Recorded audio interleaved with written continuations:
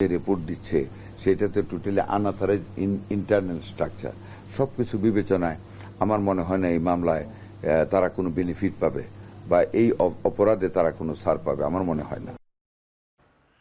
সাংবাদিক দম্পতি সাগর রুনি হত্যার আগের অনেক আলামতের হদিস পাওয়া যাচ্ছে না বলে জানিয়েছেন attorney general barrister general Ruhul Kuddus কাজল।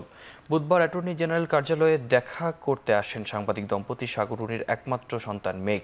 এ সময় হত্যা তদন্তের অগ্রগতির বিষয়ে অ্যাটর্নি জেনারেল বলেন, সে সময়কার অনেক আলামতের হদিস পাওয়া যাচ্ছে না। এ সময় এই আলোচিত হত্যাকাণ্ডের তদন্তের ধারাবাহিকতা না থাকায় নতুন করে তদন্ত টিমের বেগ পেতে হচ্ছে। তবে অন্তর্বর্তী সরকারের সময় হাইকোর্টের গঠিত টাস্কফোর্স তদন্ত কাজ চলমান রেখেছে। 2012 সালের 11 ফেব্রুয়ারি সাংবাদিক দম্পতি সাগর সারোয়ার ও মেহেরুন রুনি তাদের ঢাকার পূর্ব রাজাবাজারের বাসায় খুন হন। যখন এই ঘটনা সংঘটিত হয় তখন তো ধরেন আওয়ামী লীগ ক্ষমতায় ছিল এবং তখন পুলিশ প্রশাসন বলেন, তদন্তকারী সংস্থা বলেন, রাজনৈতিক প্রশাসন বলেন, মন্ত্রী বলেন, সম্পূর্ণ তারা একটা রাজনৈতিক দলভুক্ত ছিলেন। ওই সময় প্রধানমন্ত্রী থেকে শুরু করে যারা দায়িত্বে ছিলেন, পুলিশ কর্মকর্তা যারা দায়িত্বে ছিলেন, কিংবা ঘটনার অব্যবহিত পরে যে সমস্ত পুলিশ কর্মকর্তা গেছেন, লোকাল পুলিশ স্টেশন, ডিবি,